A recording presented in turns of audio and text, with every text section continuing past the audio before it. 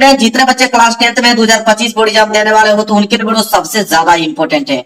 आज मैं आप लोगों को हिंदी का एक ऐसा वायरल पेपर बताने वाला हूं जो कि आपके एग्जाम में 100% ये पेपर बनने वाला है। कोड है 801 डी के। मेरे प्यारे बच्चों, सबसे पहले मैं इसका सोल्यूशन बता रहा हूँ पूरे यूट्यूब चैनल पे। पूरा का पूरा देख लो और सारे विद्यार्थियों को 70 में 70 नंबर आएगा, इस बात की गारंटी है मेरा। बस पेपर को पूरा अच्छे से रीड करना मेरे प्यारे बच्चों। एक एक क्वेश्चन मैंने बताया है कि एक भी क्वेश्चन ना बचे आप लोगों को। एडमिट कार्ड लेकर जाना, अनुक्रमांक और नाम अच्छे से यहाँ पे ध्यान से आप लोग अनुक्रमांक अच्छे से डालिएगा क्योंकि अनुक्रमांक बहुत ज्यादा इंपॉर्टेंट है। इसके बाद इस पेपर को हल करने के लिए आपके पास समय 3 घंटे 15 मिनट का समय दिया जाएगा इस पेपर को हल करने के लिए। और फ्रंट पेज पे आप देखोगे तो सबसे पहले आपको निर्देश दिया गया है। निर्देश एक बार जरूर से जरूर पढ़ लेना। निर्देश में जैसे पहला निर्देश बोला है कि प्रारंभ के 15 मिनट परीक्षार्थियों को प्रश्न पत्र पढ़ने के लिए निर्धारित है। कहने का मतलब है कि 15 मिनट इस पेपर को आप पढ़ोगे और 3 घंटे में इस पेपर को आपको सॉल्व करने हैं। मेरी गारंटी है कि इस पेपर को और पूरा का पूरा तैयार कर लोगे मेरे प्यारे बच्चों तो 2.5 घंटे में, अधिक से अधिक 2.5 घंटे में इस पेपर को पूरा का पूरा सॉल्व कर दोगे। बस आप ट्यूशन को पूरा तैयार कर लो। दूसरा निर्देश यह है कि प्रश्न पत्र 2 खंडों, खंड आ तथा खंड ब में विभाजित है। मतलब यह पेपर 2 खंडों में बना हुआ है। एक तो खंड अ में, दूसरा खंड ब में। 2 खंडों में पेपर बना हुआ है। तीसरा निर्देश की अगर हम बात करें, तीसरा निर्देश यह है कि प्रश्न पत्र के खंड अ में बहुविकल्पीय प्रश्न है जिसमें सही विकल्प का चयन करके ओएमआर शीट पर नीले अथवा काले बॉल पॉइंट पेन से सही विकल्प वाले गोले को पूर्ण रूप से काला करें। कहने का मतलब मेरे प्यार बच्चों यह है कि खंड अ में आपको बहुविकल्पीय प्रश्न देखने को मिलेगा और उन बहुविकल्पीय प्रश्नों का उत्तर आपको ओएमआर शीट पे देना होगा। 4 ऑप्शन रहेंगे, 4 ऑप्शन में से कोई ना कोई एक ऑप्शन को रंगना होगा। किस पेन से रंगना है तो नीले पेन या काले पेन का इस्तेमाल कर सकते हैं, लेकिन पेन आपका बॉल पॉइंट पेन होना चाहिए, जेल वाला पेन नहीं होना चाहिए। ठीक है, यह बात याद रखना। इसके बाद अगला निर्देश है कि खंड अ में बहुविकल्पीय प्रश्न है तो प्रत्येक प्रश्न के लिए 1 अंक निर्धारित है। मतलब कि खंड में जो बहुविकल्पीय प्रश्न है तो एक बहुविकल्पीय प्रश्न 1 नंबर का पूछा जाएगा। मतलब एक क्वेश्चन 1 नंबर का रहेगा। इसके बाद अगला निर्देश है निर्देश 5वां, प्रश्न पत्र के खंड अ के प्रश्न हेतु 1 घंटा तथा खंड ब के प्रश्नों को हल करने हेतु 2 घंटे का समय निर्धारित है। मेरे प्यारे बच्चों, खंड अ में जो ऑब्जेक्टिव क्वेश्चन देगा, 20 ऑब्जेक्टिव क्वेश्चन देगा, उन 20 ऑब्जेक्टिव क्वेश्चन को हल करने के लिए आपके पास 1 घंटे का समय दिया जाएगा। मेरे प्यारे बच्चों, 5 मिनट के अंदर में पूरे के पूरे 20 ऑब्जेक्टिव क्वेश्चन कर दोगे क्योंकि पूरा का पूरा सोल्यूशन बताने वाला हूं। और जितना समय आपके पास बचेगा पूरा का पूरा समय आप लगा देना खंड ब के प्रश्नों को हल करने के लिए। अच्छे से राइटिंग बैठा कर लिखना। इसके बाद है अगला निर्देश, प्रत्येक प्रश्न के सम्मुख उनके निर्धारित अंक दिए गए हैं। मतलब कि हर एक प्रश्न के आगे बताया गया होगा कि वो प्रश्न कितने नंबर का है। ठीक है, यहां से आपका खंड अ स्टार्ट होता है। खंड अ में सबसे पहले ऑब्जेक्टिव क्वेश्चन रहेंगे। देखिए मेरे प्यारे बच्चों, बहुविकल्पीय प्रश्न यहाँ पे लिखा गया है वस्तुनिष्ठ प्रश्न। पहला प्रश्न देखिए, पहला प्रश्न कितने नंबर का है? 1 नंबर का। और पहला प्रश्न बहुत सिंपल है, याद कर लोगे तुरंत, यहीं पे याद हो जाएगा आप लोगों को। पूछा है कि रस मीमांसा के लेखक हैं।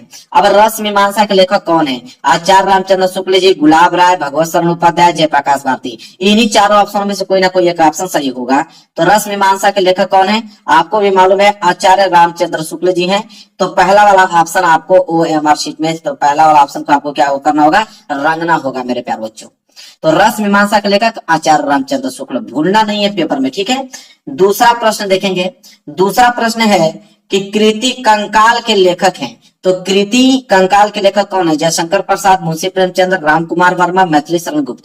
तो कंकाल के लेखक कौन है मेरे प्यारे बच्चों? जयशंकर प्रसाद जी है। बात आपको भी मालूम होगा। इसका भी पहला वाला ऑप्शन ही क्या होगा? बिल्कुल राइट आंसर होगा। देखिए कितने प्यारे प्यारे प्रश्न पूछा गया इस पेपर में और सारे प्रश्न आपको याद हो जाएंगे यहीं पे। अभी मैं याद करा दूंगा आप लोगों को कि ताकि एक भी प्रश्न छूटे ना, 20 में 20 ऑब्जेक्टिव क्वेश्चन करके आओ।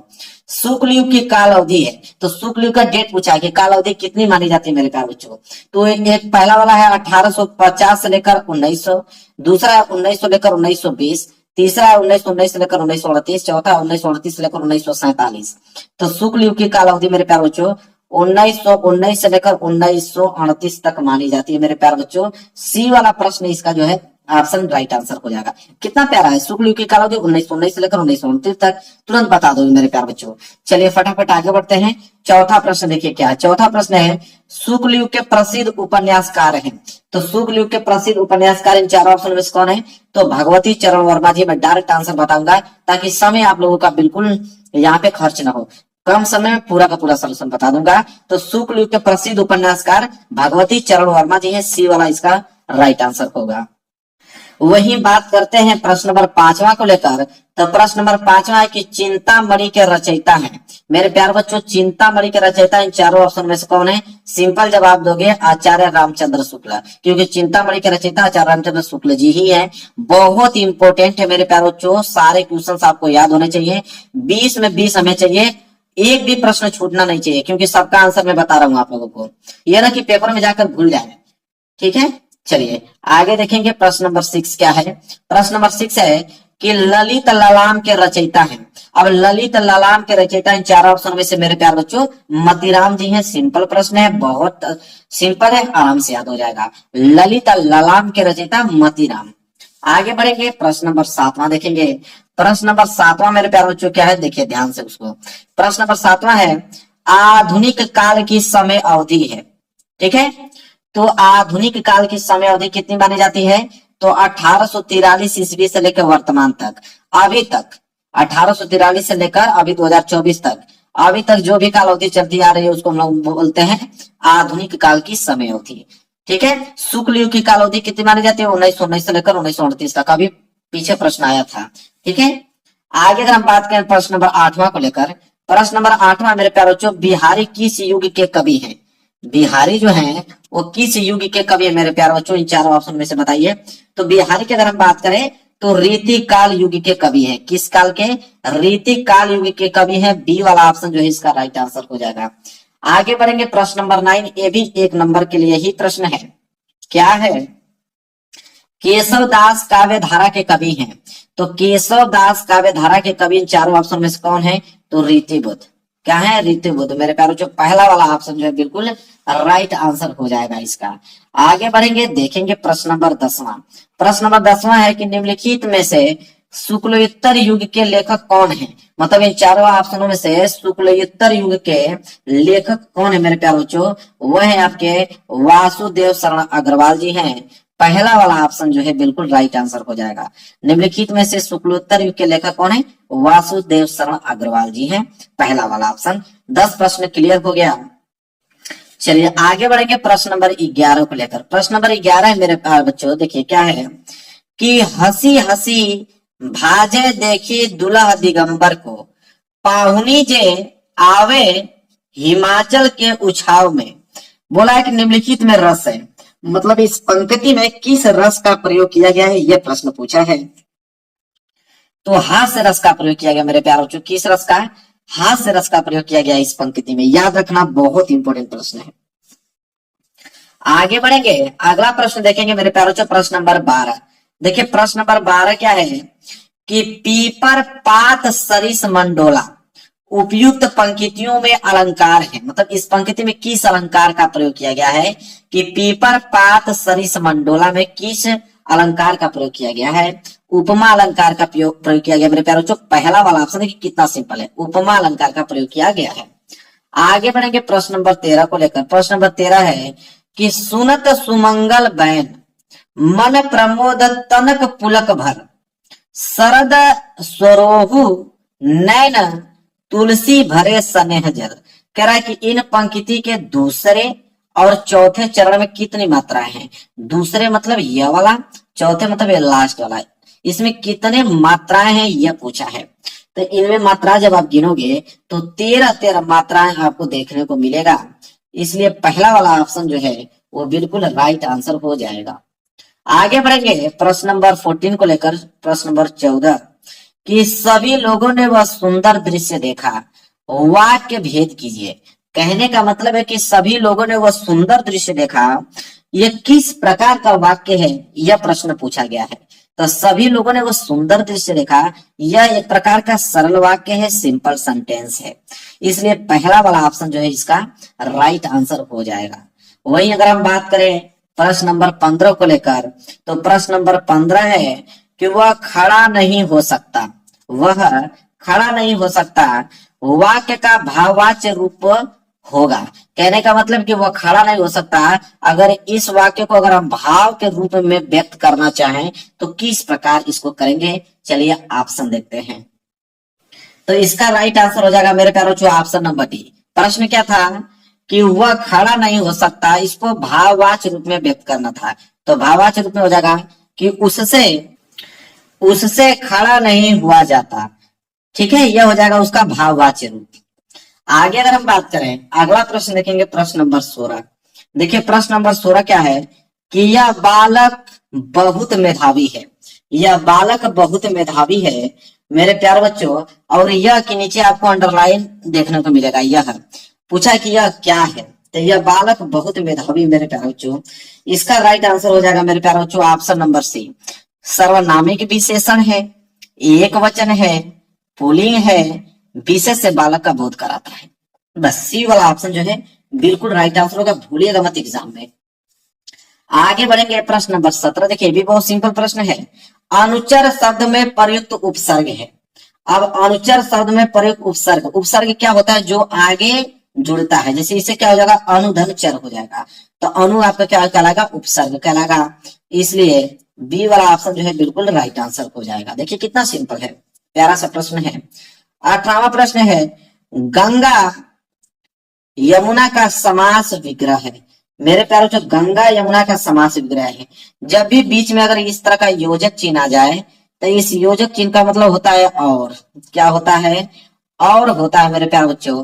तो हो जाएगा गंगा और योजक चिन्ह का मतलब और फिर यमुना, गंगा और यमुना मतलब पहला वाला ऑप्शन जो है बिल्कुल राइट आंसर हो जाएगा मेरे प्यारे बच्चों, ए वाला ऑप्शन। ठीक है, क्लियर है, डाउट कोई नहीं होना चाहिए। आगे बढ़ेंगे प्रश्न नंबर 19। देखिए क्या है प्रश्न नंबर 19 है कि सुहाग शब्द का तत्सम रूप है। सुहाग शब्द का अगर हम तत्सम रूप अगर देखें तो सौभाग्य होता है, क्या होता है सौभाग्य होता है। सी वाला ऑप्शन जो है इसका राइट आंसर हो जाएगा। सुहाग शब्द का तत्सम रूप सौभाग्य होता है, बहुत ही ज्यादा सिंपल है, तुरंत याद कर पाओगे आप इसको। चलिए मेरे प्यारे बच्चों देख लेते हैं प्रश्न नंबर 20वां। देखिए प्रश्न नंबर 20वां क्या है, तद जो कि पुल्लिंग है, तद शब्द का चतुर्थी विभक्ति एक वचन का रूप है। मेरे प्यारे बच्चों तद जो शब्द है, अगर इस तद शब्द का अगर हम चतुर्थी विभक्ति एक वचन का रूप देखें तो कौन सा होगा, तो चतुर्थी विभक्ति एक वचन का रूप हो जाएगा तस्सय। क्या हो जाएगा मेरे प्यारे बच्चों, तस्सय हो जाएगा, और पहला वाला ऑप्शन जो है बिल्कुल राइट आंसर हो जाएगा। यहां तक किसी बच्चों को डाउट नहीं, 20 क्वेश्चन मैंने बता दिया, 20 में 20 आपके ऑब्जेक्टिव सही होने चाहिए। ठीक है, 5 मिनट के अंदर में सारे क्वेश्चन करके चले आओगे। चलिए आगे बढ़ेंगे, अगला प्रश्न देखेंगे देखिए मेरे प्यारे बच्चों, यहां से स्टार्ट होता है खंड ब। खंड अ तो समाप्त हो गया, 20 में 20 ऑब्जेक्टिव क्वेश्चन करके चले आइएगा। खंड ब और खंड ब वर्णात्मक प्रश्न। खंड ब कितने नंबर का रहेगा, 50 नंबर का वर्णात्मक प्रश्न पूछा जाएगा। एक भी प्रश्न छोड़ने वाला नहीं, सारे प्रश्न का उत्तर बताने वाला मेरे प्यारे बच्चों। देखिए यहां से स्टार्ट होता है प्रश्न नंबर 21। प्रश्न नंबर 21 क्या है मेरे प्यारे बच्चों, थोड़ा ध्यान से देखेंगे। प्रश्न नंबर 21 है कि निम्नलिखित गद्यांश पर आधारित 3 प्रश्नों के उत्तर दीजिए। और 3 प्रश्न है, 2-2 नंबर के हिसाब से 6 नंबर आपको मिलेगा। गद्यांश है मेरे प्यारे बच्चों, 2 गद्यांश दिया रहेगा, एक आपका क वाला और नीचे अथवा कर कर एक आपको दिया है ख वाला। अब इन दोनों में से कोई एक ही आपको करना होगा एग्जाम में, लेकिन मैं दोनों आपको बताऊंगा, जो आपका आसान लगे वो याद करके जाइए और एग्जाम में करके आइए जो आसान लगे। तो मैं क वाला करता हूं, क वाला थोड़ा पढ़ेंगे हम लोग कि आज हम इसी निर्मल शुद्ध शीतल और स्वस्थ अमृत की तलाश में हैं, और हमारी इच्छा अभिलाषा और प्रयत्न यह है कि वह इन सभी अलग अलग बहती हुई नदियों में अभी भी उसी तरह बहता रहे और इनको वह अमर तत्व देता रहे, जो जमाने के हजारों थपेड़ों को बर्दाश्त करता हुआ भी आज हमारे अस्तित्व को कायम रखे हुए है और रखेगा। तो यह मेरे प्यारे जो गद्यांश है, इस गद्यांश के नीचे 3 प्रश्न हैं। जिसमें से अ वाला है कि उपयुक्त गद्यांश का संदर्भ लिखिए। और ये प्रश्न कितने नंबर के लिए? 2 नंबर का। तो संदर्भ पूछा है। चलिए हम लोग इसका उत्तर देखते हैं। अ वाला संदर्भ। तो सबसे पहले देखिए यहाँ पे मैं लिखा भी हूं कि प्रश्न 21 का अ, प्रश्न 21 का अ हेडिंग क्या है? संदर्भ। ठीक है। संदर्भ हेडिंग बनाने के बाद नीली पेन से लिखिएगा कि प्रस्तुत गद्यांश हमारी पाठ्य पुस्तक हिंदी के गद्य खंड में संकलित डॉक्टर राजेंद्र प्रसाद द्वारा लिखित भारतीय संस्कृति नामक निबंध से उद्धृत है। मतलब भारतीय संस्कृति नामक निबंध से उद्धृत है। और इसके लेखक की अगर हम बात करें तो डॉक्टर राजेंद्र प्रसाद जी हैं। तो ये डॉक्टर राजेंद्र प्रसाद जी को आप ब्लैक पेन से लिख दीजिएगा, हाईलाइटेड कर दीजिएगा, भारतीय संस्कृति को हाईलाइटेड कर दीजिएगा ताकि दिखने में अच्छा लगे। बस यही है आप लोगों का संदर्भ। और यहीं से आपका 2 नंबर बिल्कुल पक्का हो गया। संदर्भ में इतना ही लिखा जाता है कि किस चैप्टर से लिया गया, उस चैप्टर के लेखक का नाम बताइए, बस इतना ही होता है। क्लियर है मेरे प्यारे बच्चों? चलिए देखिए कितना सिंपल है, पूरा सॉल्यूशन लिखा हूं। इसके बाद दूसरा मेरे प्यारे बच्चों, इसके बाद दूसरा जो है कि गद्यांश के रेखांकित अंश का भाव स्पष्ट कीजिए। मतलब रेखांकित अंश की व्याख्या पूछा है। मतलब जहां तक अंडरलाइन किया गया, तो अंडरलाइन तो यहां से लेकर यहां तक किया गया है और इसी का हमें व्याख्या बताना है। क्या है कि आज हम इसी निर्मल शुद्ध शीतल और स्वस्थ अमृत की तलाश में हैं। अब इसका हमें बताना है मेरे प्यारे बच्चों व्याख्या। और 2 नंबर ये भी है। कितने नंबर के लिए? 2 नंबर के लिए मेरे प्यारे बच्चों ये भी है। चलिए इसका व्याख्या देख लेते हैं मेरे प्यारे बच्चों। तो व्याख्या इस कदर है, देखिए ब वाला रेखांकित अंश की व्याख्या ब्लैक पेन से हेडिंग बना लीजिएगा और नीली पेन से लिखना प्रारंभ कीजिएगा। क्या लिखेंगे कि भारतीय संस्कृति रूपी विशाल सागर में आकर गिरने वाली इन नदियों में एक ही भाव से शुद्ध, स्वच्छ, शीतल तथा स्वादप्रद जल अमृत के समान प्रवाहित होता रहता है। इस जल में एक ही उदात्त भाव का समावेश है जो भारतीय संस्कृति को अमरता और स्थिरता प्रदान करता है। बस यही व्याख्या है मेरे प्यारे बच्चों। बस उतनी लाइन का इतना व्याख्या लिख दोगे, 2 नंबर कोई काट नहीं सकता है। 2 नंबर फिक्स है आपके। इसके बाद एक नीचे प्रश्न और दिया रहता है, ये भी 2 नंबर का ही होता है कि लेखक के अनुसार हमारा अस्तित्व किस कारण आज भी कायम है। ये भी प्रश्न 2 नंबर का है। 6 नंबर पक्का हो गया। तो लेखक के अनुसार हमारा अस्तित्व किस कारण से आज भी कायम है, इसको भी हम देखेंगे। तो बस एक लाइन का उत्तर लिखना है सवाल कि लेखक के अनुसार हमारे अस्तित्व जल के कारण आज भी कायम है। आपको मालूम है कि जल ही जीवन है, जल के बिना हम जीवित कभी रह नहीं सकते हैं। इसलिए लेखक के अनुसार हमारे अस्तित्व जल के कारण ही आज भी कायम है। तो तीनों प्रश्नों को उत्तर बता दिया। 6 नंबर आपको क्लियर है। हाँ भाई, अगर ये प्रश्न नहीं करना चाहते हो तो अथवा करके एक ऑप्शन और आपको मिलेगा। वो ऑप्शन यह है, ख वाला कर लो। ख वाला क्या है मेरे प्यार बच्चों? देखिए क्या है कि पहले पहाड़ काटकर उसे खोखला कर दिया गया, फिर उसमें सुंदर भवन बना लिए गए, जहां खंभों पर उभरी मूर्तें विहस उठी, भीतर की समुची दीवारें और छतें रगड़कर चिकनी कर ली गई और तब उनकी जमीन पर चित्रों की एक दुनिया ही बसा दी गई। पहले पलस्तर लगाकर आचार्यों ने उन पर लहराती रेखाओं में चित्रों की काया सिरज दी, फिर उनके चेले कलावंतों ने उनमें रंग भरकर प्राण फूंक दिए। फिर तो दीवारें उमग उठी, पहाड़ पुलकित हो उठे। यह है मेरे प्यारे बच्चों गद्यांश। और इसके नीचे 3 प्रश्न इसमें भी दिया गया है। पहला है उपयुक्त गद्यांश का संदर्भ लिखिए। और ये प्रश्न कितने नंबर के लिए? 2 नंबर के लिए। तो चलिए इसका देखते हैं संदर्भ। तो देखिए मैंने अथवा करके लिखा हुआ है यहाँ पे अ वाला संदर्भ, उसका संदर्भ नोट कीजिए। तो प्रस्तुत गद्य अवतरण हमारी पाठ्य पुस्तक हिंदी के गद्य खंड में संकलित भारतीय पुरातत्व के महान विद्वान कौन? श्री भगवत सन उपाध्याय द्वारा लिखित अजंता शीर्षक निबंध से उद्धृत है। तो इसमें 2 ही चीज ध्यान रखना है। किस चैप्टर से लिया गया है? अजंता चैप्टर से लिया गया है। इसके लेखक कौन है? श्री भगवत सन उपाध्याय जी हैं। बस यह 2 चीज ही इसमें मेन होता है संदर्भ में। बस 2 नंबर आपको दे दिया जाएगा। इसके बाद मेरे प्यारे बच्चों ब वाला है रेखांकित अंश की व्याख्या कीजिए। और ये भी प्रश्न कितने नंबर के लिए थे? ये भी प्रश्न 2 नंबर के लिए है। रेखांकित अंश की व्याख्या करना है, कोई बात नहीं, चलिए मैं दिखा देता हूँ। कहां तक अंडरलाइन था मेरे प्यारे बच्चों? यहां तक, यहां से लेकर और यहां तक मैं पढ़ के सुनाता हूं कि भीतर की समुचे दीवारें और छतें रगड़कर चिकनी कर ली गई और तब उनकी जमीन पर चित्रों की एक दुनिया ही बसा दी गई। अब इसका हमें क्या करना है मेरे प्यारे बच्चों? व्याख्या करना है। चलिए देखिए व्याख्या किस प्रकार करेंगे मेरे प्यारे बच्चों। देखिए यहाँ पे ब वाला है, ये आपकी हेडिंग है, रेखांकित अंश की व्याख्या, ये हेडिंग बना लीजिएगा मेरे प्यारे बच्चों, ये हेडिंग है। फिर नीली पेन से लिखना प्रारंभ कीजिएगा कि प्रस्तुत गद्यांश में लेखक का कहना है कि गुफा की भीतरी दीवारों और छतों को विधिवत रगड़ रगड़ कर चिकना बना लिया गया।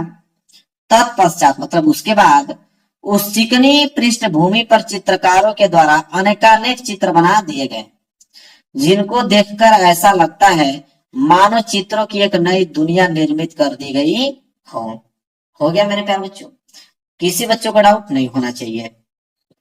एक प्रश्न और दिया गया मेरे प्यारे बच्चों स वाला, इसको भी पढ़ते हैं क्योंकि ये भी प्रश्न 2 नंबर के लिए है। पहाड़ों को जीवंत कैसे बनाया गया? गद्यांश के आधार पर स्पष्ट कीजिए। भी प्रश्न 2 नंबर का ही है, तभी तो 6 नंबर होगा। तो पहाड़ों को जीवंत कैसे बनाया गया? गद्यांश के आधार पर स्पष्ट करना है।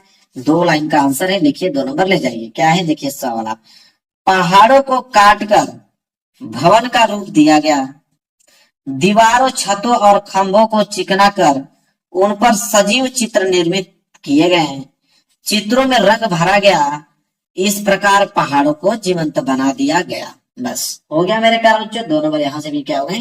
क्लियर हो गए।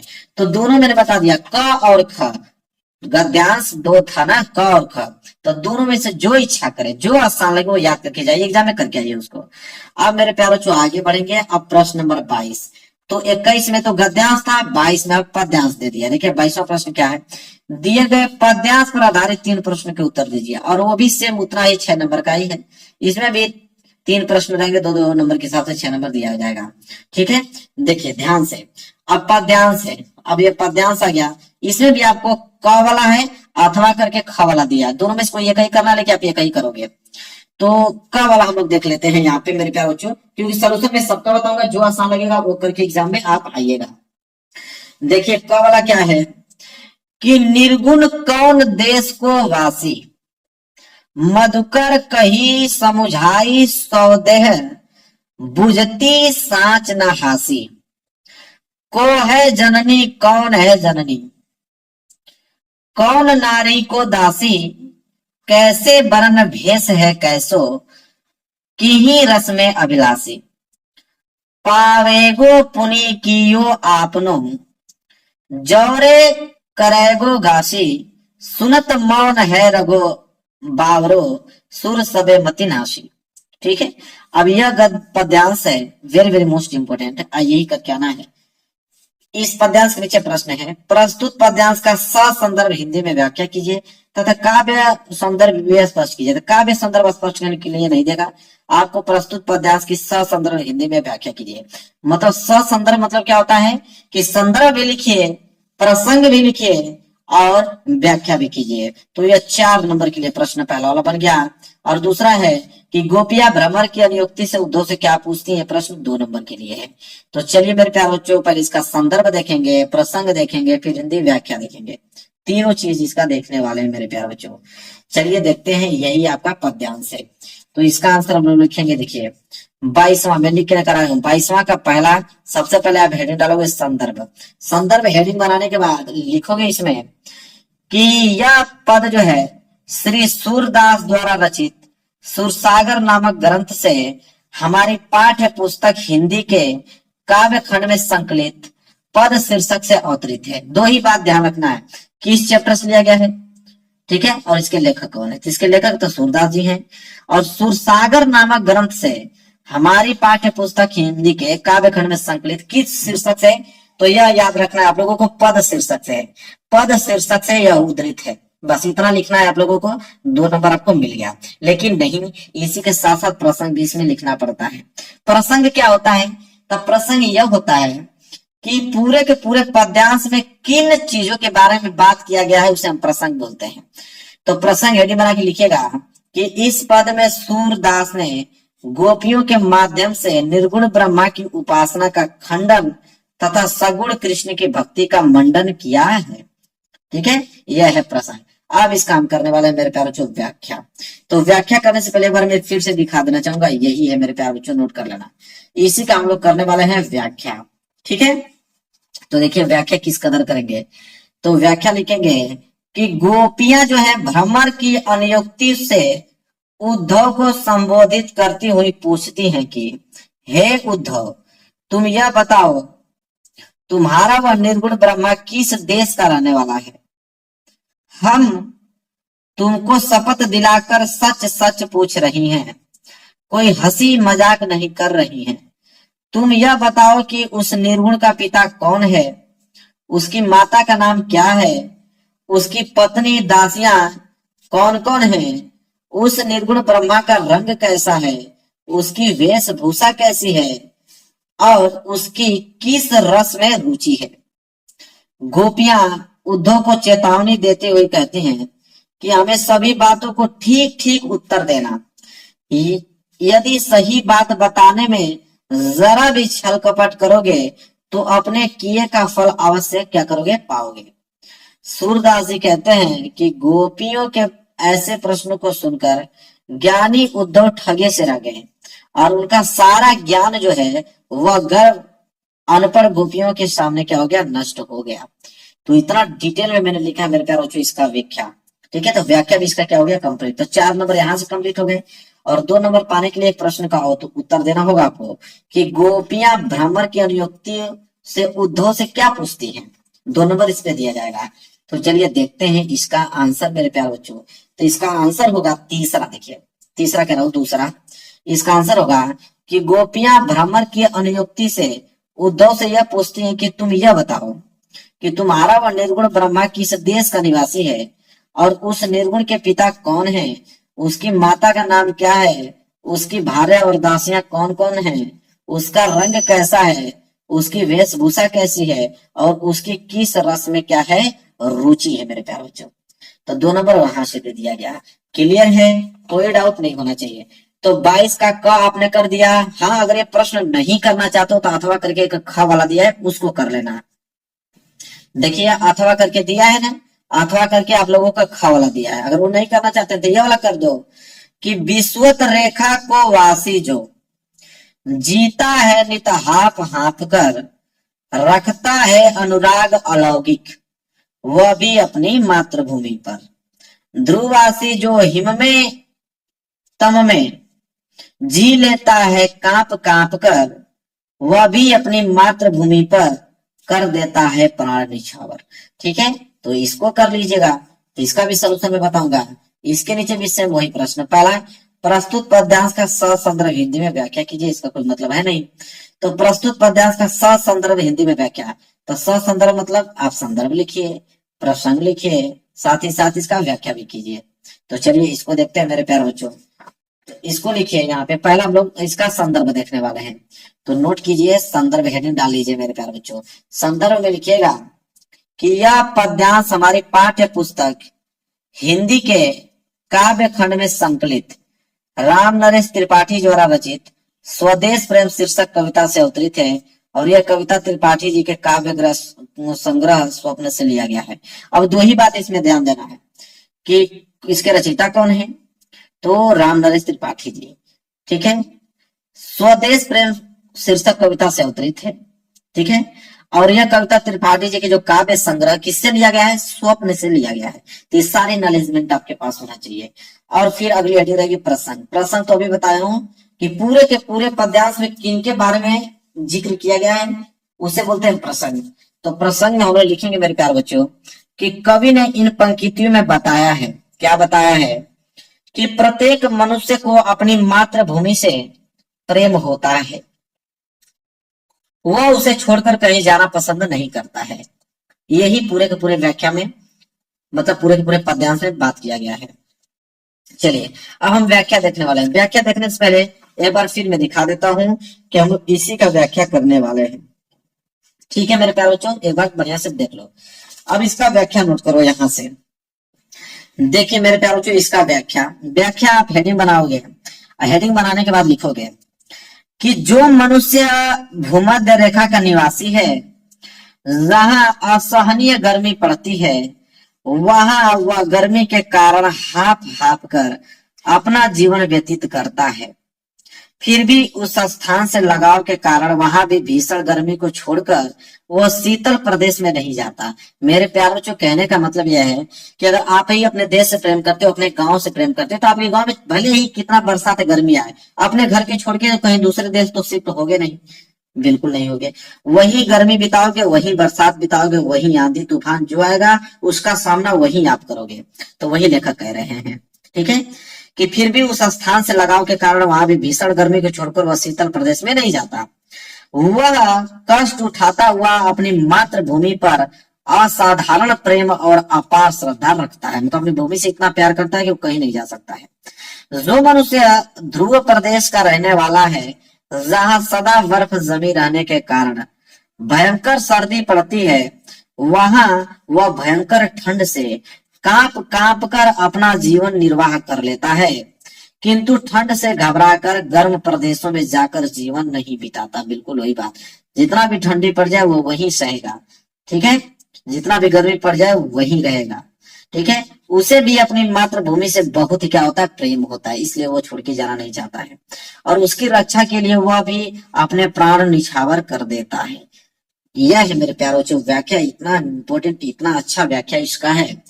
यहां से आपके 4 नंबर पूरे के पूरे क्लियर हो गए। एक प्रश्न और बचा है कि उपयुक्त पद्यांश में कवि ने क्या स्पष्ट किया है।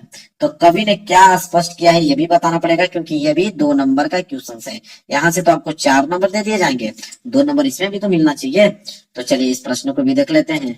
तो दूसरा वाला, उपयुक्त पद्यांश में कवि ने स्पष्ट किया है कि मानव मात्र को मातृभूमि से स्वाभाविक क्या होता है, प्रेम होता है। तो 2 नंबर यहां से भी क्लियर हो गए। चलिए अब अगला प्रश्न से मुलाकात होगी, प्रश्न नंबर 23। अब मेरे प्यारे बच्चों, प्रश्न नंबर 23 जो है, अब ये संस्कृत का गद्यांश आ गया कि दिए गए संस्कृत गद्यांश में से किसी एक का संदर्भ सहित हिंदी में अनुवाद कीजिए। और ये प्रश्न कितने नंबर के लिए मेरे प्यारे बच्चों, 5 नंबर के लिए है, ठीक है। 2 नंबर तो संदर्भ पे मिलने वाला है और 3 नंबर इसका हिंदी के अनुवाद करोगे तो मिलेगा। तो क वाला मेरे प्यारे बच्चों यही वाला प्रश्न कर रहे हैं, आप देख पा लीजिए, ठीक है, स्क्रीनशॉट वगैरह ले सकते हो। इसी का हम लोग संदर्भ सहित हिंदी में अनुवाद करने वाले हैं। अगर ये नहीं आएगा तो अथवा करके एक ऑप्शन तो और दिया है, पहले इसको तो देख लें। तो 23वां का क वाला ये वाला करने वाला है, इयम नगरी विविध धर्मारम संगम बस्ती वाला, ठीक है। देखिए सबसे पहले देखिए उत्तर 23, सबसे पहले हेडिंग आप डालोगे संदर्भ। संदर्भ में लिखोगे कि प्रस्तुत गद्यांश हमारी पाठ्य पुस्तक हिंदी के संस्कृत खंड के वाराणसी पाठ से उद्धृत है। मतलब संस्कृत खंड से लिया गया है और वाराणसी चैप्टर से, संस्कृत खंड के वाराणसी चैप्टर से लिया गया है। वही बात करेंगे इसके प्रसंग मैंने बताया ना कि पूरे के पूरे पद्यांश में, पूरे के पूरे गद्यांश में किन के बारे में बात किया गया मेरे प्यारों बच्चों, उनके बारे में जिक्र किया जाता है। तो प्रसंग में लिखेंगे कि इस गद्यांश में वाराणसी की ऐतिहासिकता तथा अवस्थिति के विषय में बताया गया है। तो वाराणसी की ऐतिहासिकता क्या है, उसकी अवस्थिति के विषय में बस बताया गया है। इतना प्रसंग में आपको लिखना है। संदर्भ के नीचे तुरंत आपको प्रसंग लिखना है। अब हम अनुवाद करने वाले हैं, तो देख लीजिए एक बार फिर दिखा देता हूँ। अनुवाद से पहले यहां से लेकर यहां तक हम क्या करने वाले हैं, हिंदी में अनुवाद करने वाले हैं। एक बार स्क्रीनशॉट इसका ले लो।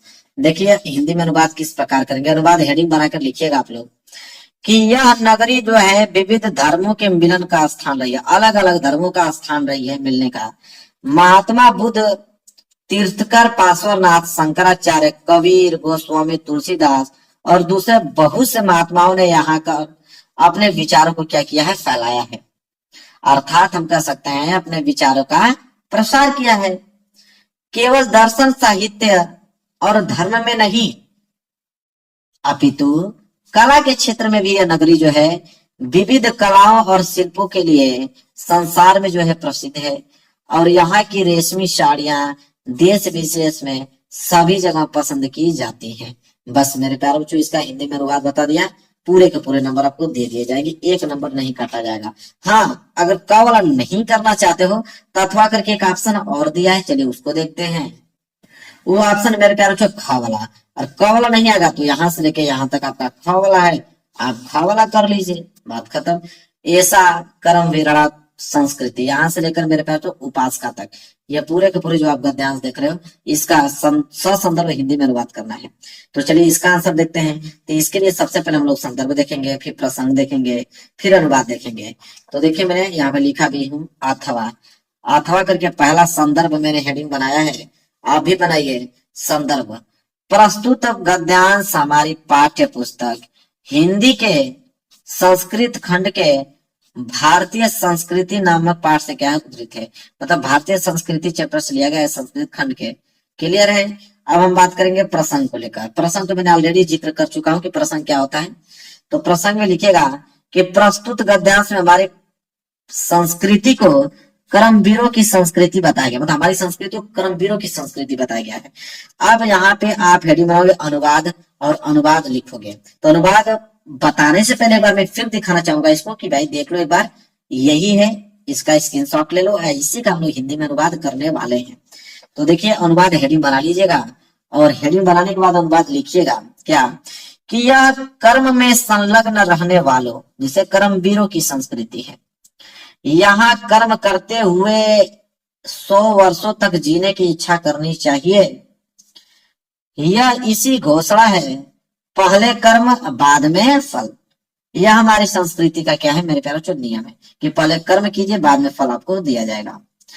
इस समय जब हम लोग राष्ट्र के नव निर्माण में लगे हुए हैं, निरंतर काम करना ही हमारा प्रधान कर्तव्य है। अपने परिश्रम का फल भोगने योग्य है, दूसरे का श्रम का शोषण त्यागने योग्य है। यही उसका मेरे प्यारे बच्चों हिंदी में क्या है अनुवाद है। क्लियर है। चलिए ये भी प्रश्न बहुत अच्छे से मैंने आप लोगों को बता दिया। अब बारी आया प्रश्न नंबर 24 को लेकर। प्रश्न नंबर 24 क्या मेरे प्यारे बच्चों कि दिए गए संस्कृत पद्यांश में से किसी एक का संदर्भ सहित हिंदी में अनुवाद कीजिए। और यह प्रश्न 5 नंबर के लिए, 2 नंबर संदर्भ और 3 नंबर इसके अनुवाद पे। तो यहाँ पे क वाला है मेरे प्यारे बच्चों, यहाँ से मैं दिखा देता हूँ, स्क्रीनशॉट ले लो। इसका हमें मेरे प्यारे बच्चों हिंदी में संदर्भ सहित अनुवाद बताना है, इसका क वाला क। ठीक है, प्रश्न नंबर 24 का क। तो चलिए सबसे पहले इसका संदर्भ देखते हैं, फिर प्रसंग देखते हैं, फिर इसका अनुवाद देखेंगे। चलिए नोट कीजिए मेरे प्यारे बच्चों। तो देखिए प्रश्न नंबर 24 उसका हमने यहाँ पे क वाला करने वाला हूँ।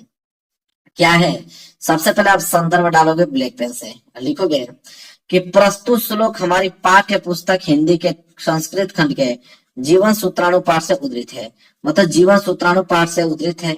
ठीक है, और संस्कृत खंड से लिया गया है। बस इतना ही आपको लिखना है संदर्भ में। इसके बाद मेरे प्यारों जो प्रसंग, देखिए प्रसंग में आप क्या लिखोगे, मैंने प्रसंग ऑलरेडी बता चुका हूं आपको। प्रसंग में लिखेंगे कि इन श्लोकों में यक्ष और प्रश्नों युधिष्ठिर के उत्तरों के माध्यम से माता पिता इत्यादि के मतों को दर्शाया गया है। मतलब कि यक्ष जो है प्रश्न पूछते हैं, युधिष्ठिर उनका जवाब देते हैं, और उन्हीं के माध्यम से माता पिता के मतों को दर्शाया गया इस पूरे के पूरे पद्यांश में। क्लियर है। चलिए मेरे प्यारे बच्चों अब हम अनुवाद देखने वाले हैं। अनुवाद देखने से पहले एक बार मैं फिर दिखा देता हूँ, यही है वह पद्यांश जिसका हम अनुवाद करने वाले हैं। मेरे प्यारे बच्चों अनुवाद ब्लैक पेन से हेडिंग बना लीजिए और लिखेंगे कि यक्ष जो है युधिष्ठिर से पूछता है। क्या पूछता है भाई कि भूमि से महान क्या है, आकाश से ऊंचा कौन है, वायु से अधिक शीघ्रगामी क्या है, तिनके से अधिक दुर्बल क्षीण बनाने वाली क्या है। ठीक है, तो मेरे प्यारे बच्चों उन्हीं के प्रश्न को यक्ष युधिष्ठिर से पूछते हैं। तो अगली लाइन एक लाइन छोड़ लिखिएगा कि युधिष्ठिर उत्तर देता है। क्या देता है भाई उनके प्रश्नों का उत्तर कि पृथ्वी से अधिक अगर हम बात करें भारी जो है माता है, आकाश से अधिक ऊंचा की अगर हम बात करें तो पिता है, वायु से अधिक शीघ्रगामी जो है वो मन है, और तृण से अधिक दुर्बल बनाने वाली वो चिंता है। यह मेरे प्यारे बच्चों इसका क्या है अनुवाद है। क्लियर है। चलिए मेरे प्यारे बच्चों ये भी हो गया। हाँ अगर क वाला नहीं करना चाहते हो आप एग्जाम में कोई दिक्कत नहीं है, अथवा करके एक दिया है ख वाला। ठीक है, मरणम मंगलम यत्र विभूति स विभूषण बना। ठीक है, यहाँ तक इसको तैयार कर लो। 2 लाइन का है, इसमें आप लोगों को कम मतलब याद करना पड़ेगा। इसमें देखिए क्या है तो दोनों में से जो आपको आसान लगेगा, मैं तो कहूंगा कि सिंपल ये भी हो सकता है, ये भी, अब आपके ऊपर डिपेंड करता है। तो देख लीजिए ख वाला मेरे प्यारे बच्चों, तो इसका उत्तर देखिए ख वाला। ख वाला में सबसे पहला हेडिंग डालोगे संदर्भ। संदर्भ हेडिंग बनाने के बाद लिखोगे कि प्रस्तुत श्लोक हमारी पाठ्य पुस्तक हिंदी के संस्कृत खंड के वाराणसी पाठ से उद्धृत है, मतलब वाराणसी चैप्टर से लिया गया है, सिंपल। प्रसंग की अगर हम बात करें, प्रसंग लिखिएगा कि इन श्लोकों में वाराणसी की पूरे ख्याति का वर्णन किया गया, मतलब पूरे के पूरे वाराणसी का वर्णन किया गया है। अनुवाद, अनुवाद बताने से पहले एक बार फिर दिखाना चाहूंगा कि यही है मेरे प्यारे बच्चों, इसी का हम लोग अनुवाद करने वाले हैं। तो अनुवाद हेडिंग बनाकर लिखिएगा कि जहां पर मरना कल्याणकारी समझा जाता है, जहां शरीर पर भस्म धारण करना आभूषण है, जहां कौपीन मतलब लंगोटी ही रेशमी वस्त्र है, वह काशी किसके द्वारा मापी जा सकती है, अर्थात उसकी समता किससे की जा सकती है। तात्पर्य यह है कि किसी से भी नहीं। बस यह मेरे प्यारों बच्चों इसका अनुवाद है मेरे प्यारों बच्चों, कर दिया मैंने, ये भी क्लियर हो गया। अगला प्रश्न देखिए, अगला प्रश्न मेरे प्यारों बच्चों प्रश्न नंबर 25। प्रश्न नंबर 25 क्या है कि अपने पठित खंड काव्य के आधार पर निम्नलिखित प्रश्नों में से किसी एक प्रश्न का उत्तर दीजिए और 3 नंबर के लिए है। तो खंड काव्य है मेरे प्यारे बच्चों, क्या है खंड काव्य। तो खंड काव्य मेरे प्यारे बच्चों कोई सा भी कर सकते हो, नहीं ये नहीं कि आपका कोई भी आ रहा है तो कोई भी कर दो, नहीं, ये आता है जिला वाइज। आपके अपने जिला का नाम मालूम होगा, जो आपके जिला में पूछा जाता है वही खंड काव्य करना है। ये आपको क्वेश्चन बैंक में मिल जाएगा। क्वेश्चन बैंक में देखोगे ना तो अलग अलग खंड काव्य के नीचे कोष्टक में आपको जिला का नाम दिया रहेगा, उस जिले के नाम में अपना मिला लेना कि आपके जिले में कौन सा खंड काव्य पूछा जाता है, तो वही एग्जाम में करना है। अन्यथा नंबर जो है आपका एक भी नहीं मिलने वाला है, सारे के सारे नंबर कट जाएंगे, क्योंकि एग्जामिनर जिला wise code wise paper check करता है, तो उसको मालूम होता है कि आप इस जिले से हो तो आपको कौन सा खंड काव्य किया आपने, ठीक है। तो बहुत खंड काव्य है, जैसे कवला देखो मुक्ति दूत खंड काव्य, ठीक है। इसके बाद अगर हम बात करें तो ज्योति जवाहर खंड काव्य है। उसके बाद बात करें तो मेवाड़ मुकुट खंड काव्य है, देख सकते हो आप। इसके बाद अग्र पूजा खंड काव्य है। इसके बाद आपका देखो जय सुभाष खंड काव्य है, बहुत सारे हैं, मैं सबका नाम पढ़ के सुना देता हूँ। मातृभूमि खंड काव्य है। इसके बाद कर्ण खंड काव्य है। इसके बाद यहाँ पे देखिए करमवीर भरत खंड काव्य है। इसके बाद मेरे प्यारे बच्चों तुमुल खंड काव्य है। तो इतने सारे हैं, लेकिन अपने जो आपके जिला में पूछा जाता है वही आपको करना। नहीं मालूम है तो इसी वीडियो के डिस्क्रिप्शन, इसी वीडियो में कमेंट आप कर दो, और इसी वीडियो में कमेंट कर देना अपने जिले का नाम, मैं उसका रिप्लाई दे दूंगा कि आप अगर इस जिले से हो तो कौन सा खंड काव्य आपको करने हैं। क्लियर है, सब कुछ सुविधा मिल रहा है आपको।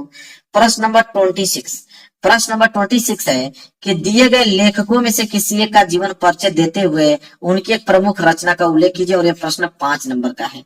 3 नंबर जीवन परिचय पे और 2 नंबर आपको दिया जाता है मेरे प्यारों को रचना पे, इसलिए रचना बहुत ही ज्यादा इंपॉर्टेंट है। तो यहाँ पे 3 दिया है, आचार्य रामचंद्र शुक्ल का जीवन परिचय, दूसरा है डॉक्टर राजेंद्र प्रसाद, तीसरा है आपके जयशंकर प्रसाद। अब इन्हीं तीनों लोगों में से किसी मेरे प्यारे बच्चों एक का जीवन परिचय आपको लिखना है और 5 नंबर ले जाना है। रचना बहुत जरूरी है, रचना पे 2 नंबर मिलता है। तो ऐसा कोई व्यक्ति नहीं होगा, ऐसा कोई लड़का नहीं होगा जो बोर्ड एग्जाम की तैयारी कर रहा हो उसको जीवन परिचय ना याद हो। तो जीवन परिचय तो अपने हिसाब से कर लीजिएगा। हालांकि मैं एक जीवन परिचय आपको चलिए बता देता हूँ, इसका लेखक का कवि का बता देता हूँ, कवि का बता देता हूँ जीवन परिचय लिखा कैसे जाता है। तो चलिए ख वाला देख लीजिए, ये तो कर ही लोगे अपने से। ख वाला है दिए गए कवियों में से किसी एक का जीवन परिचय देते हुए उनके प्रमुख रचना का उल्लेख कीजिए। 5 नंबर है, सेम प्रोसेस है। 3 नंबर जीवन परिचय पे, 2 नंबर उसके रचना पे मिलने वाला है। तो यहाँ पे भी 3 है, गोस्वामी तुलसीदास जी, इसके बाद सुमित्रानंद पंत जी हैं, तीसरा है महाकवि सूरदास। इन्हीं तीनों लोगों में से किसी एक का जीवन परिचय देते हुए उनकी रचना का भी उल्लेख करना है। टोटल 5 नंबर आपको दिया जाएगा। चलिए मैं बता देता हूँ जीवन परिचय लिखने का तरीका क्या है। ये देखिए मेरे प्यारे बच्चों, सबसे पहले आप प्रश्न उत्तर संख्या 26 का ख डालिए। यही था ना, देखिए ध्यान से, यह है प्रश्न 26 और उसका ख है। तो सबसे पहले प्रश्न उत्तर संख्या 26 का ख आपने डाला। उसमें भी सबसे पहले आप तुलसीदास का करने वाले हो। तुलसीदास दिया है सुमित्रानंद पंत, महाकवि सूरदास। सूरदास जी का करने वाला है, यहाँ पे मैंने सूरदास जी का लिखा हूँ। तो सूरदास जी इसमें क्या है, तीसरा है ना, तो यहाँ पे तीसरा आपको लिखना पड़ेगा। हालांकि इसमें पहला मैं लिखा हूँ बताने के लिए, लेकिन आपको तीसरा लिखना पड़ेगा। तो तीसरा सूरदास, फिर लिखिएगा जीवन परिचय।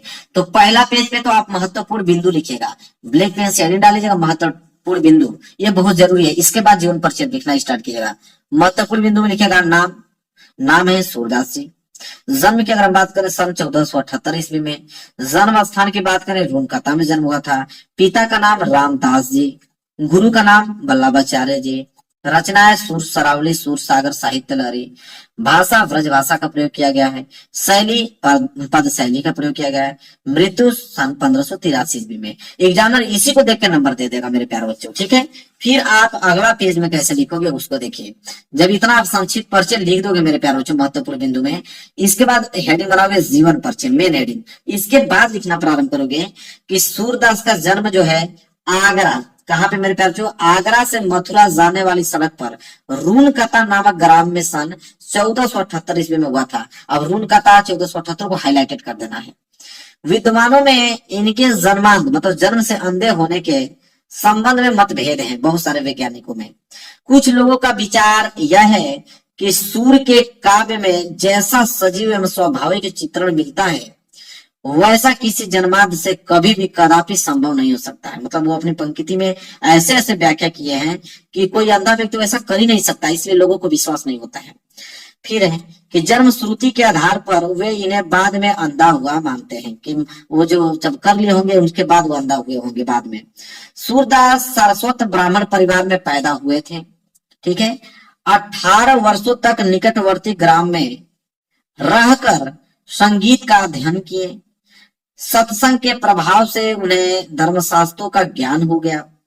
बचपन से ही विरक्त हो यह गौ घाट पर रहने लगे थे। वल्लभाचार्य को इन्होंने एक स्वरिच पद सुनाया, जिस पर प्रसन्न होकर उन्होंने इनसे कृष्ण लीला को छंदबद्ध करने का सुझाव दिया। ये वल्लभाचार्य के शिष्य बन गए और वहीं गोवर्धन पर्वत पर बने श्रीनाथ जी के मंदिर में कीर्तन करने लगे। इनकी मृत्यु पारसौली ग्राम में 1583 ईस्वी के पास हुई थी। और नीचे रचना आपको दो ही लिख लेना है, सुर सागर, सुर सरावली, साहित्य लहरी। दो ही लिखोगे तो काम बन जाएगा, 2 नंबर दे दिया जाएगा आपको। तो यह है प्रॉपर जीवन परिचय, आपको तो याद ही होगा, बस लिखने का तरीका बता दो कि इस स्टेप से लिखा जाता है, ताकि एक भी नंबर को एग्जामिनर आपको काट नहीं पाएगा जीवन परिचय में। क्लियर है मेरे प्यारे बच्चों? चलिए मैं इसको साइड करता हूँ, आगे दिखाता हूँ। चलिए मेरे प्यारे बच्चों समझ में आ गया जीवन परिचय। आगे बढ़ेंगे। प्रश्न नंबर 27 देखिए क्या है। प्रश्न नंबर 27 मेरे प्यारे बच्चों यह है कि अपने पाठ्य पुस्तक में से कंठस्थ कोई एक श्लोक लिखिए जो इस प्रश्न पत्र में न आया हो। मतलब एक श्लोक लिखना है जो इस पेपर में न आया हो, क्योंकि इस पेपर में भी मेरे प्यारे बच्चों 2 दिया है, ठीक है। संस्कृत का जो पद्यांश होता है ना, उसी को श्लोक बोला जाता है। तो वो श्लोक नहीं लिखना है, कोई दूसरा लिखोगे तब जाके 2 नंबर दिया जाएगा, ठीक है। इसलिए बोला है कि जो इस प्रश्न पत्र में न आया हो। तो मैं 2 बता देता हूं मेरे प्यारे बच्चों, 2 में से कोई एक याद कर लेना। प्रश्न नंबर 27 देखिए, 2 बता देता हूं। पहला वाला है, नोट कीजिए, क्या है कि बंधन बंधन मरणम वापी जयो वापी पराजय उभयत्र समो वीरः वीर भाव ही वीरता। 2 लाइन का है, तुरंत याद हो गया होगा, 2 नंबर यहां से क्लियर है। और दूसरा मेरे प्यारों से एक और याद कर लो, 2 कम से कम याद कर लेना। सर्वे भवन्तु सुखिनम सर्वे सन्तु निराम्या सर्वे भद्राणु पश्यन्तु मां कश्चित् दुख भाग भवेत। ठीक है, ये भी 2 लाइन का है, तुरंत याद हो गया होगा, 2 नंबर यहां से कंफर्म है। तो 2 कम से कम 2 याद कर लेना मेरे प्यारे बच्चों, आपसे रिक्वेस्ट करता हूं। आगे बढ़ेंगे और प्रश्न नंबर मेरे प्यारे बच्चों 27 तो कंप्लीट हो गया। आगे देख लेते हैं, ये भी प्रश्न छूटेगा नहीं मेरे प्यारे बच्चों, गारंटी है। 70 में 70 का क्या हो गया। प्रश्न 28 देख लो क्या है। निम्नलिखित में से किन्हीं 2 प्रश्नों के उत्तर संस्कृत में दीजिए। 2 प्रश्न के उत्तर मेरे प्यारे बच्चों किसमें देना है, संस्कृत में देना है। तो यहाँ पे 4 प्रश्न है, 4, 3 इधर है, 1 पीछे है, मैं दिखा देता हूँ। 4 प्रश्नों में से किन्हीं 2 ही प्रश्नों का उत्तर देना है, 1-1 नंबर के हिसाब से 2 नंबर उसको मिल जाएगा। तो पहला है वाराणसी नगरी कुत्र स्थिता अस्ति। तो वाराणसी नगरी कुत्र स्थिता अस्ति, इसका आंसर क्या होगा मेरे प्यारे बच्चों, मैं चारों को बता देता हूँ। तो पहले का आंसर होगा वाराणसी नगरी गड्ढगाया कुल स्थिता अस्ति, यह पहले का आंसर है। वहीं अगर हम दूसरे बात करें, चंद्रशेखर क आसीत, चंद्रशेखर क आसीत, इसका उत्तर क्या होगा संस्कृत में? तो आप लिखिएगा चंद्रशेखर प्रसिद्ध क्रांतिकारी देशभक्त आसीत, यह उसका आंसर होगा। वहीं तीसरा देख लीजिए, भारतीय संस्कृति मूलम किमस्ति, इसका बताइए संस्कृत में उत्तर। तो आप लिखिएगा विश्वस्य अस्त्रता ईश्वर एक एव इति भारतीय संस्कृति मूलम अस्ति। ठीक है, बस 2 नंबर यहां से मिल गया मेरे प्यारे बच्चों। एक प्रश्न और इसका है, हालांकि 2 ही करने हैं, मैं चारों को बता रहा हूं। मैं कहा ना मैं पूरा फुल इसका सोल्यूशन कराने वाला हूं। देखिए चौथा है वीरा केन पूजते। अब वीरा केन पूजते मेरे प्यारे बच्चों, तो इसका क्या आंसर होगा? तो इसका उत्तर लिखिए मेरे प्यारे बच्चों, इसका उत्तर होगा वीरा वीरेन पूजते, वीरा वीरेन पूजते। बस यहां तक हो गया कंप्लीट मेरे प्यारे बच्चों। किसी बच्चे को डाउट नहीं होना चाहिए, क्लियर है? चलिए आगे बढ़ते मेरे प्यारे बच्चों, देख लो अगला प्रश्न नंबर 29। प्रश्न नंबर 29 क्या है कि निम्नलिखित में से किसी एक विषय पर निबंध लिखे 7 नंबर के लिए।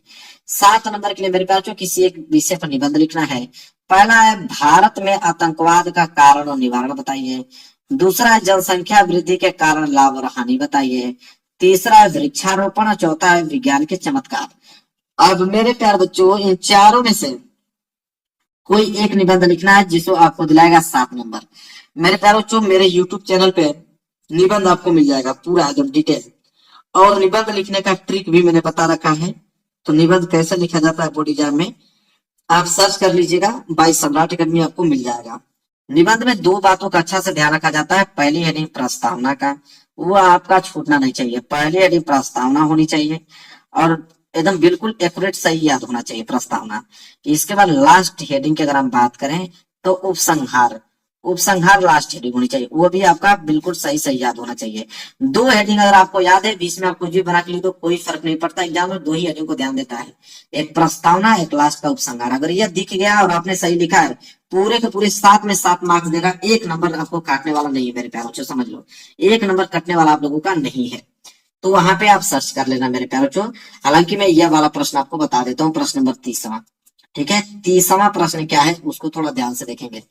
30वां प्रश्न है कि अपने क्षेत्र में व्याप्त गंदगी के कारण उत्पन्न डेंगू और मलेरिया जैसी भयंकर बीमारियों की जानकारी किसी दैनिक पत्र के संपादक को देते हुए पत्र लिखे। अगर ये नहीं करना चाहते हैं तो अथवा करके एक ऑप्शन और आपको मिलेगा कि बिजली समस्या के निराकरण हेतु अपने जिले के बिजली विभाग को एक पत्र शिकायती पत्र लिखे। 4 नंबर के लिए प्रश्न है, दोनों में से कोई एक ही करना है। तो एक बता देता हूं मैं नीचे वाला कि बिजली समस्या के निराकरण हेतु अपने जिले के बिजली विभाग को कैसे एक शिकायती पत्र लिखोगे। ठीक है, 4 नंबर कैसे आपको मिलेगा उसको देखिए। सबसे पहले लिखने का तरीका मेरे प्यारे बच्चों है कि सबसे पहले आप लिखिए सेवा में, बिजली विभाग को लिख रहे हैं तो आप लिखिए बिजली विभाग, कामा लगा दीजिए, यहाँ पे भी आपको कामा लगाना, सेवा में कामा, बिजली विभाग उसके नीचे फिर कामा, जहां के भी एड्रेस है मेरठ के हैं तो मेरठ। आप हेडिंग ब्लैक पेन से बनाइए विषय, मतलब किसके बारे में शिकायती पत्र लिख रहे हैं विषय। तो विषय में आप लिखिएगा बिजली की अनियमित आपूर्ति, मतलब डेली बिजली हमारे गांव में नहीं आती है, इसके लिए हम लोग क्या लिख रहे हैं शिकायती पत्र लिख रहे हैं बिजली विभाग को। इसके बाद मेरे प्यारे बच्चों आप लिखिएगा मान्यवर या महोदय, कुछ भी लिख सकते हो, फिर कामा लगाने के बाद लिखिएगा हम जैन नगर कॉलोनी के निवासी आपका ध्यान बिजली समस्या की ओर आकर्षित कराना चाहते हैं। पानी तथा अन्य कार्यों के लिए बिजली की सर्वाधिक आवश्यकता ग्रीष्म काल में ही होती है मेरे प्यारे बच्चों, और हम सब अप्रैल के प्रारंभ से ही अनुभव कर रहे हैं कि भरपूर गर्मी प्रारंभ होने से ही पूर्व ही बिजली की आपूर्ति कम हो गई। अभी गर्मी स्टार्ट हुआ ही नहीं है लेकिन लाइट कटना चालू हो गया है। बिजली जीवन की मूलभूत आवश्यकता है, कोई भी लोकप्रिय सरकार इसकी उपेक्षा नहीं करती। हमारी कॉलोनी में बिजली आपूर्ति प्रारंभ और बंद होने का कोई समय निर्धारित नहीं है। हमारी कॉलोनी में से एक प्रतिनिधि मंडल इस संबंध में बिजली आपूर्ति अधिकारी से भी मिला था और उन्हें 1 सप्ताह में बिजली आपूर्ति बढ़ाने का वचन दिया था। खेद है कि आज 3 सप्ताह व्यतीत हो जाने पर भी कोई कार्यवाही संबंध में नहीं हुई है। मतलब पहले वहां से मिल चुके थे, उन्होंने कहा ठीक है हम कर देंगे सही, लेकिन किए नहीं। इस स्थिति में आपसे हमारा निवेदन है, हम विनम्र निवेदन करते हैं आपसे कि कृपया हमारी समस्या की ओर ध्यान दें और इसका शीघ्र समाधान कराएं। यदि बिजली आपूर्ति किया जा सकता है तो शीघ्र कार्रवाई की आशा में तुरंत बढ़ाना संभव नहीं हो तो कम से कम उसका समय तो निर्धारित किया जा सकता है। कम से कम एक समय तो दे दीजिए कि हाँ भाई इतने दिन बाद हम बिजली आपको नियमित रूप से देना चालू कर देंगे। शीघ्र कार्रवाई की आशा में, यहाँ पे आप लास्ट में डेट आप जरूर डाल लीजिएगा। इसके बाद हम हैं आपके जैन नगर निवासी, कुछ लोगों का यहाँ पे आप लोगों का सिग्नेचर लगेगा, कुछ लोगों का यहाँ पे सिग्नेचर मतलब अपने से ही कर लीजिएगा। क्लियर है? डेट यहाँ पे लिख दीजिएगा। कंप्लीट हो गया मेरे प्यार बच्चों, बिल्कुल संपूर्ण रूप से क्या हो गया, कंप्लीट हो गया। और इस पेपर का पूरा मैं सोल्यूशन मेरे प्यार बच्चों करा दिया। कोड याद कर लो, 801 डी के मेरे प्यार बच्चों कोड है और 100% ये पेपर बनने वाले हैं और 70 में 70 नंबर बिल्कुल आप लोगों का पक्का होने वाला है। इतना डिटेल में कौन सोल्यूशन आपको बताएगा, पूरा का पूरा सोल्यूशन बता दिया हूँ। वीडियो को लाइक कर देना, चैनल पे नए हो चैनल को जरूर सब्सक्राइब कर लेना मेरे प्यार बच्चों। मिलेंगे एक प्यारे से नेक्स्ट वीडियो में, तब तक के लिए धन्यवाद।